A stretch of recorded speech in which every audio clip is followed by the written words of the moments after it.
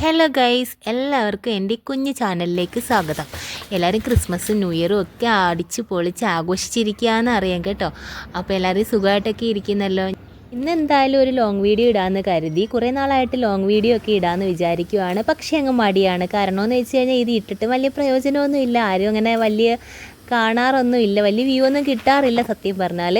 പിന്നെ ഷോർട്സിൽ കുറേ വ്യൂ ഒക്കെ കിട്ടുന്നതുകൊണ്ട് ഞാൻ പിന്നെ അതങ്ങ് കോൺസെൻട്രേറ്റ് ചെയ്യും. ഇടയ്ക്കിടയ്ക്ക് മിക്കപ്പോഴും ഉള്ള വീഡിയോസൊക്കെ ഞാൻ ഷോർട്സിൽ നിങ്ങൾ നോക്കിക്കഴിഞ്ഞാൽ കാണാൻ പറ്റുന്നതായിരിക്കും കേട്ടോ. മിക്കപ്പോഴും ഞാൻ ഡെയിലി ഷോർട്സ് ഇടാറുണ്ട്.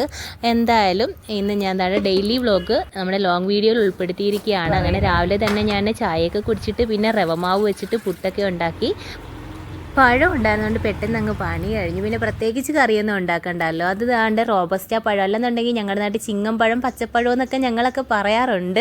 അപ്പോൾ അതും കൂട്ടി പഞ്ചസാരയും കൂട്ടി അങ്ങ് ഒരു പിടി പിടിച്ചു. പിന്നെ വെളിയിൽ ഞാൻ അടുപ്പത്താണ് ഇന്ന് ചോറ് വെക്കാമെന്ന് വിചാരിച്ചത്. അങ്ങനെ ഇന്ന് ചോറ് വെക്കാനായിട്ട് അവിടെ അടുപ്പത്ത് വെള്ളമൊക്കെ തിളയ്ക്കുന്നുണ്ട്. അപ്പോൾ തിളയ്ക്കുന്നതിലേക്ക് ഞാൻ അരിയൊക്കെ ഇട്ടു. പിന്നെ ഞാൻ കഴിച്ചുകൊണ്ടിരുന്നപ്പോൾ ആ തീയും നോക്കി അതിൻ്റെ വ്യൂ ഒക്കെ കണ്ടിട്ട് പിന്നെ ഞാൻ കുറച്ച് കിളികളുടെ ശബ്ദമൊക്കെ കേട്ടിട്ട് അങ്ങനെ വെളിയിരുന്ന് കഴിക്കാൻ, എനിക്ക് ഈ കിച്ചൻ്റെ സൈഡിൽ ഇരുന്ന് കഴിക്കാൻ ഭയങ്കര ഇഷ്ടമാണ്.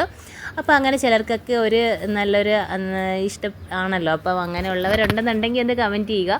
പിന്നെ ഞാൻ ദാണ്ട കറിക്ക് മീൻ കിട്ടിയായിരുന്നു. അപ്പോൾ മത്തിയാണ് കിട്ടിയത്. അപ്പോൾ മത്തി കിട്ടിയപ്പോഴത്തേക്ക് പിന്നെ വേറെ ഒന്നും നോക്കിയില്ല. പിന്നെ തേങ്ങ അങ്ങ് അരച്ചിട്ട് അതിൻ്റെ അരപ്പൊക്കെ ഒന്ന് ആക്കി വെച്ചിട്ട് വീട്ടിൻ്റെ ടെറസിൻ്റെ മണ്ടയിലോട്ട് ഓടി അവിടെ മാങ്ങയുണ്ടോ എന്ന് നോക്കിയപ്പം ആദ്യമായിട്ട് പിടിച്ച് 2 മൂവാണ്ട മാങ്ങയാണ്. അത് ഞാൻ കയ്യോടെ അങ്ങ് പൊക്കി.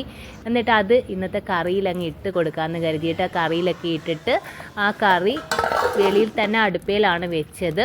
അപ്പോഴത്തേക്ക് ചോറ് വെന്ത് അത് ഊറ്റിയിട്ടിട്ടുണ്ടായിരുന്നു. അപ്പോൾ വെളിയിൽ പുറത്ത് അടുപ്പിൽ എനിക്കിങ്ങനെ കറി വയ്ക്കുന്നത് ഭയങ്കര ഇഷ്ടമാണ്. നല്ലൊരു ടേസ്റ്റിയാണ്.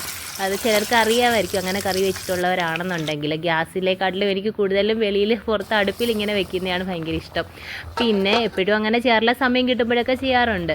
പിന്നെ അത് കഴിഞ്ഞിട്ട് ഞാൻ മത്തി കുറച്ച് അരപ്പ് പുരട്ടി മാറ്റി വെച്ചിട്ടുണ്ടായിരുന്നു ഫ്രൈ ചെയ്യാനായിട്ട്. അപ്പോൾ കറി തിളയ്ക്കുന്ന സമയം കൊണ്ട് ഞാൻ അതും കൂടെ ഒന്നാക്കി വെച്ചു. പിന്നെ കുറച്ച് വെണ്ടയ്ക്ക എടുത്തിട്ട് അതും ഒന്ന് മെഴുക്ക് പുരട്ടിയാക്കി. അപ്പോഴത്തേക്കും നമ്മുടെ കറി മത്തി എല്ലാം കൂടെ മാങ്ങയെല്ലാം കൂടെ കുറുകി നല്ല കറിയായിട്ട് വന്നിട്ടുണ്ട്. ഇനി കുശാലായിട്ടങ്ങ് ചോറ് കഴിക്കട്ടെ. അപ്പോൾ വീഡിയോ മറക്കാതെ എല്ലാവരും സപ്പോർട്ട് ചെയ്യണേ. ടാറ്റാ.